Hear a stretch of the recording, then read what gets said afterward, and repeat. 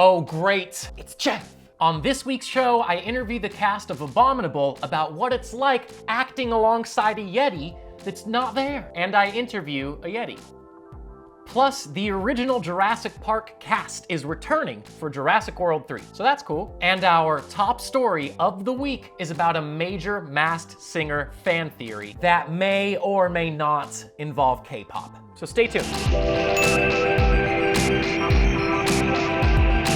Hey everyone, welcome back to the show where I run down some of Cinema Blend's hottest stories of the week, shoot my mouth off to celebrities and other people far more important than I am, and just generally screw around in Hollywood. You love it! So anyway, let's move on to the big news of the week. Embarrassed Rambo author agrees with Last Blood's bad reviews. Rambo Last Blood, because the first movie was called First Blood, and this is the last Blood. Well, anyway, some of the Last Blood reviews are not so great. I saw the film, and yeah, it's rough. It's bad, bro. It's a bad movie. But to be fair, the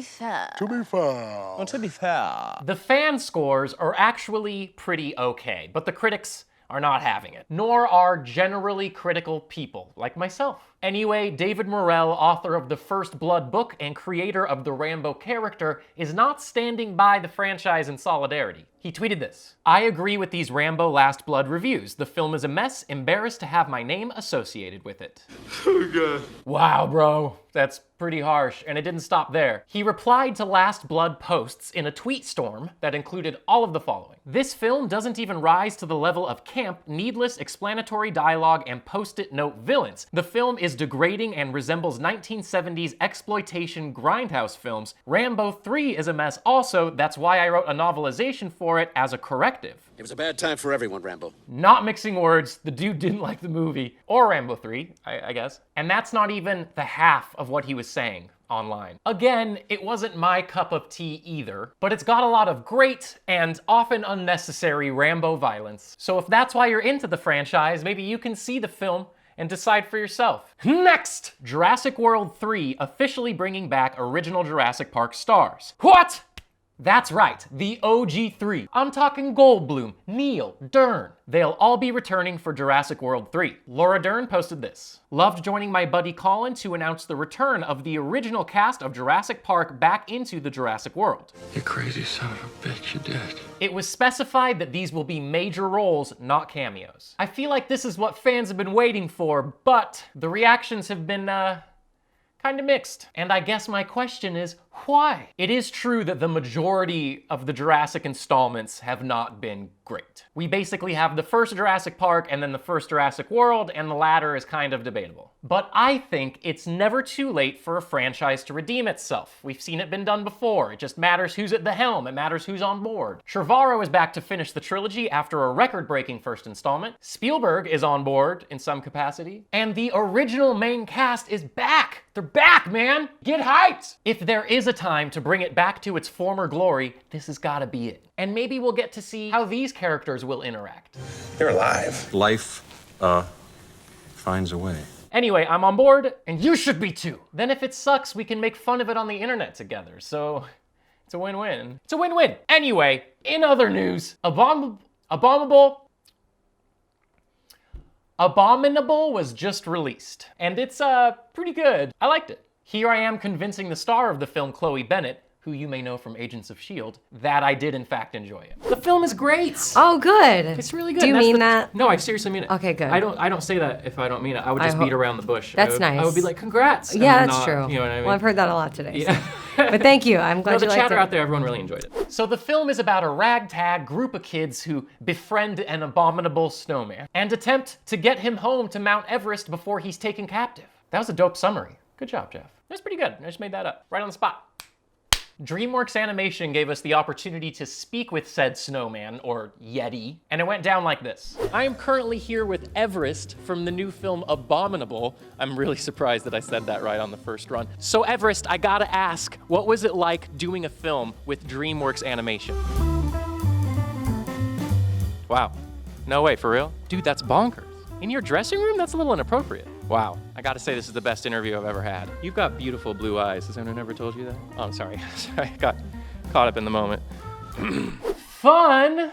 Well, the difficulty I encountered interviewing a fictitious beast that can't talk got me thinking. How difficult was it to act alongside one that wasn't even there? So I asked the cast. Check that out. None of it was there at all. Not even just not the Yeti, but like nothing else at all. So that whole thing was pretty kind of crazy because it takes a lot of imagination. It was definitely hard at times to do all those scenes with an animal like Everest, let alone not being able to see this animal in front of you. Yeah. But especially since for a lot of it, it was like kind of rolling around and stuff, and for that it was a lot of efforts, as they call them, where we would just make like grunts or sounds or whatever without moving. So yeah. Stop hitting yourself. As a young woman in the industry, a lot of the weight is put on how you look and how you're standing and what you know, the aesthetic and all these things. And so there was a real freeing kind of experience of getting to not have to worry about that.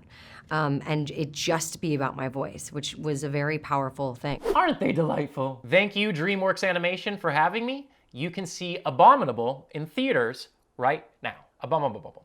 Now, hold on to your butts. Is that the expression? Hold on to your butts? That doesn't make any sense. Now, hold on to your seats. Hold on to your feets.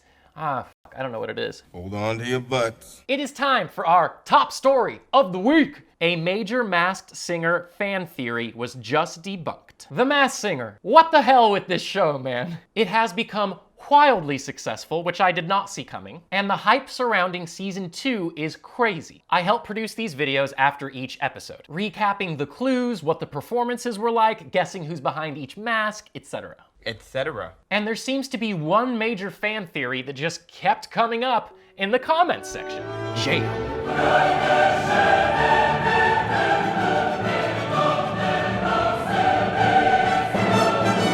Who the f is J-Hope? This guy.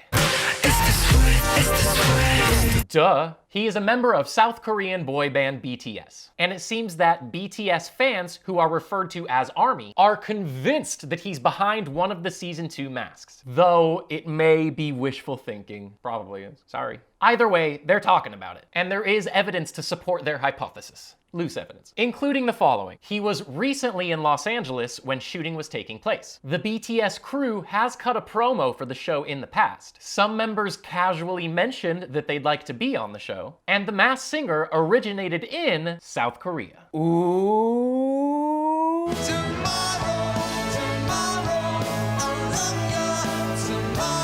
There's plenty more evidence, but that's just a few examples. The egg is what seemed to be the popular guess as to which mask was his. But their bubbles were bursted, or shells were cracked, I guess, when the egg was revealed to be figure skater Johnny Weir. And fashion designer and television personality. So, who will they guess next? Has ARMY given up? Most of the clues that made them assume J-Hope was involved weren't specific to the egg. It was basically like, we think he would be on the show, and the egg was their best guess as to where he would be placed, or what costume he would be wearing. So provided that the J-Hope theory still exists after the egg's elimination, at this point it could be anyone. But if you ask me, and I'm sure no one is, there's no way. The whole point is for it to be a mystery. They're not gonna get obvious with clues, at least not yet. And I don't think J-Hope would have been that obvious either, just announcing that he's going to LA. No reason, it's top secret. Too obvious. Then again, who knows? Maybe ARMY is right. I guess you'll have to tune into The Masked Singer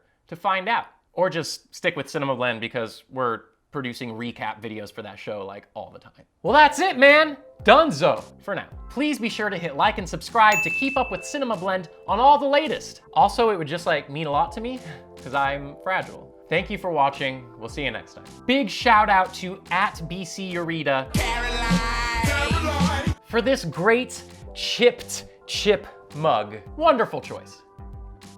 Tastes like magic! Also, congrats on the engagement. If you'd like to send me a mug, hit me up on social @JeffMcCobb. Find out how. Okay, bye-bye!